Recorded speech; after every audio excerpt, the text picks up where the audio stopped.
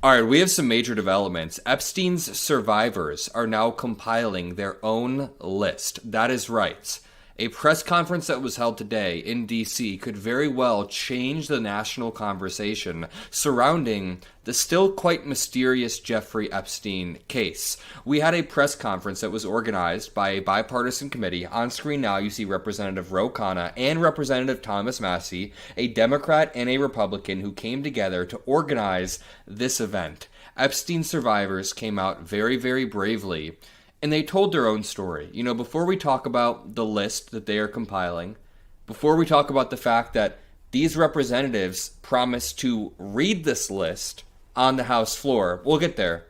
I just want to say, listening to this press conference today, I listened to basically all of it, and it really just put into perspective how these women have been through complete hell. And I'm not even talking about when they were young girls and they were abused. Of course, that is absolutely terrible. But what's happened in the decades since is like a living hell.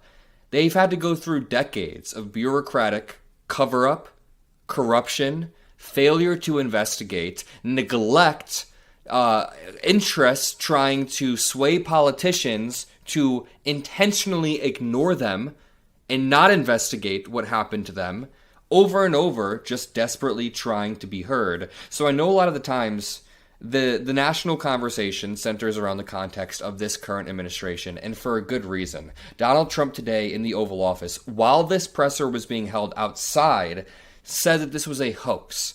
The current president is so deeply entrenched that he can't stop himself from sounding guilty. So a lot of the times, the national conversation around Epstein survivors, we revolved around this current administration. But just to zoom out, there have been decades long of neglect. Institutions should have been protecting these victims. And again, a lot of the abuse that happened in the early 2000s was briefly investigated. It was investigated in Florida, but Alex Acosta, at the time, dropped it. He let Epstein get away with this sweetheart plea deal. Then Trump put Alexander Acosta in his administration a decade later after Epstein had been allowed to re-abuse. So again, at this press conference, there was a lot of incredible moments of people telling their story and telling their story of resilience as well. Even though a lot of the stories were heartbreaking, there was a lot of resilience. All of that being said, some of the announcements made are very, very key.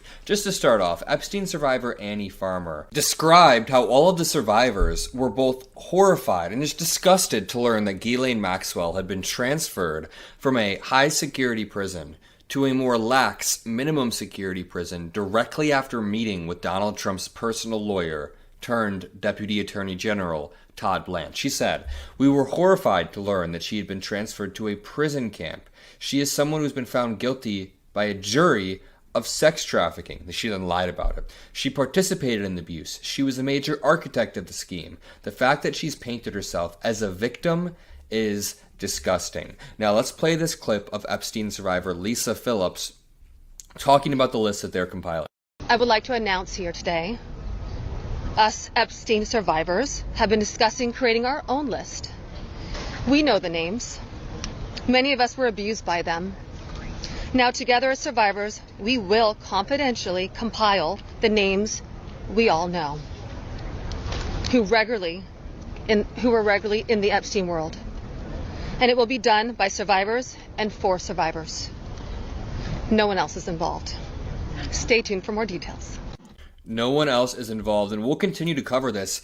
As she was saying that, as Lisa Phillips was out there talking about this, Donald Trump was inside the Oval Office, and he was calling this a Democratic hoax. There have been survivors of Jeffrey Epstein speaking at a press conference on Capitol Hill. They're calling for these case files, these documents to be released. And Thomas Massie, who was sponsoring a discharge position to get the House to vote on releasing those documents, says he doesn't believe you're implicated in these files, but many of your friends and donors may be, and he says that's why the Justice Department is redacting them and slow-walking the release.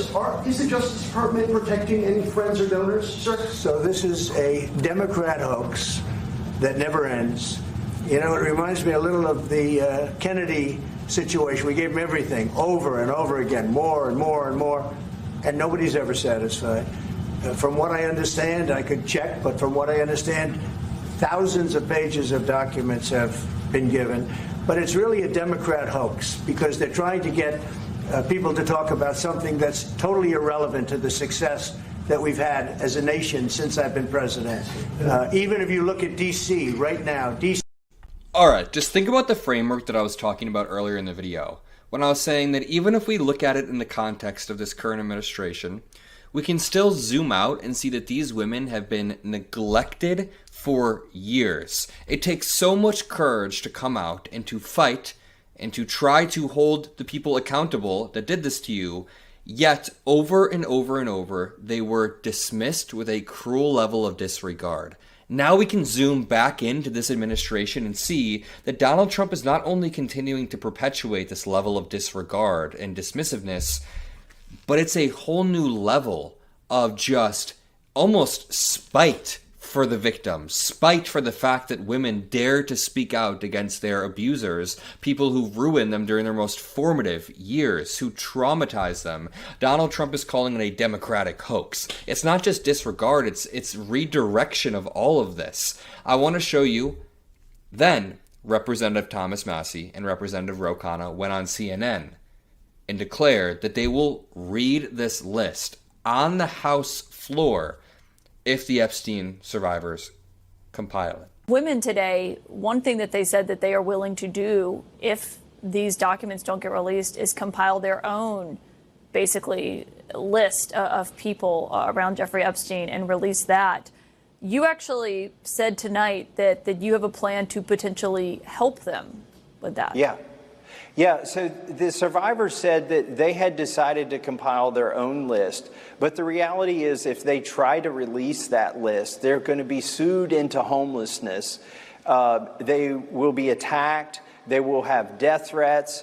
And so what my colleague Marjorie Taylor Greene volunteered to do, and I've volunteered to do as well, is to read that list on the floor of the House of Representatives, because our founders put into the Constitution speech or debate immunity, which says that we can't be prosecuted for what we say on the floor of the House. So we're willing to help those survivors get those names out there. And as my colleague Ro Khanna has said, we trust the public to determine who were donors to the Epstein Scholarship Fund and who were users of the women who were exposed to sexual abuse, to differentiate between those two groups of people. Congressman Khanna, do you support that, reading the names from these women on the House floor?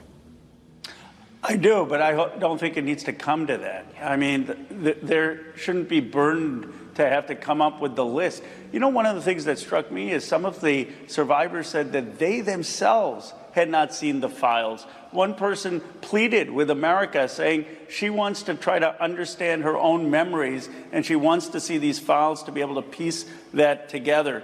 Look, this was such an emotional moment that after I spoke, after the survivors, Marjorie Taylor Greene came over and gave me a hug. I mean, people should have seen the humanity there. And I don't know, after hearing those women, why we just don't release the files. I mean, it actually would make the president look good. He could come out and say, no other president has released the files. I'm releasing the files. My focus right now, and I think anyone who was at that press conference, is how do we get justice and closure for those survivors? Very well said. And I'm trying to recenter this conversation mainly around the survivors because that's what's truly important today. Finally, let's watch survivor Lisa Phillips, who announced the list that they're creating earlier, go on CNN and close off the day with more announcements. Really quickly, when Ro Khanna said that Marjorie Taylor Greene hugged him, it reminded me of this Lord of the Rings meme. Do you remember this moment where they're like, I never thought I'd see the day where I'm fighting side by side with an elf, or something like that. That's what it feels like at this moment. Like we're fighting side by side with Marjorie Taylor Greene. I guess when the vast majority of people in Congress are okay being complicit, then you don't get picky with your allies, right? Lisa, I appreciate you being with us, both of you being with us. You heard the president call this a Democrat hoax that never ends. What did you think when you hear that? For me personally, it was shocking and upsetting. I couldn't believe that he said that.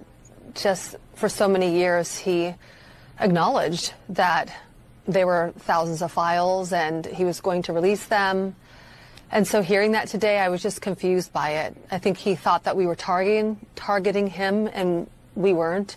I don't believe there's any evidence that he abused any of the survivors. So it wasn't a target against him. It was just, a cry for us being fed up and wanting answers. What is it? I mean, what's the impact been on your life? I mean, how are you holding up through this? Not just in recent months, but I mean, this is obviously going on for many years. Well, it comes in waves. It's hard to deal with because we just want some accountability, and we haven't received any. The only person that's been held accountable is a woman, and we were abused by a man who sex trafficked a lot of us.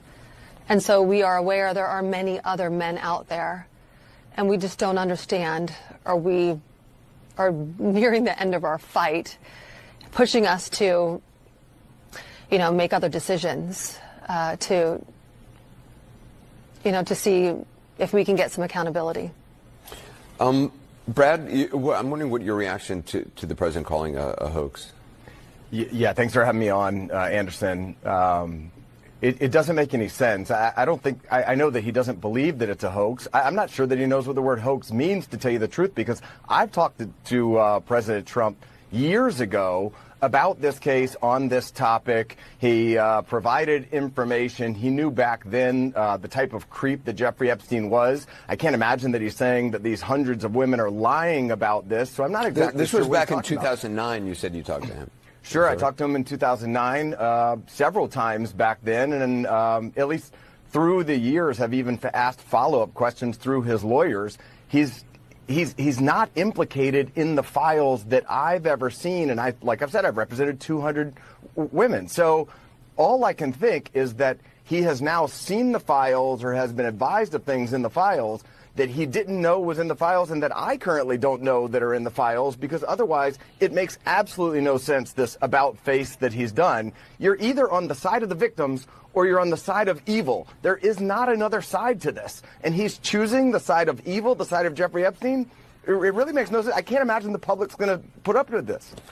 Lisa, you said this on Capitol Hill, and you just sort of referenced it a moment ago.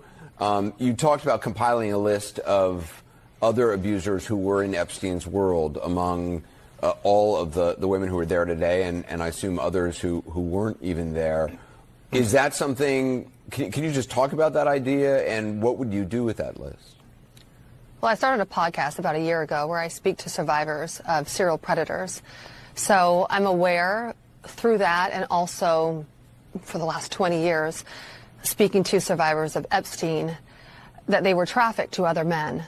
So I think the smartest thing for us to do is to get together and start putting together the names that we know 100% that we were trafficked to or abused by, or friends of ours were. And what would you do with that?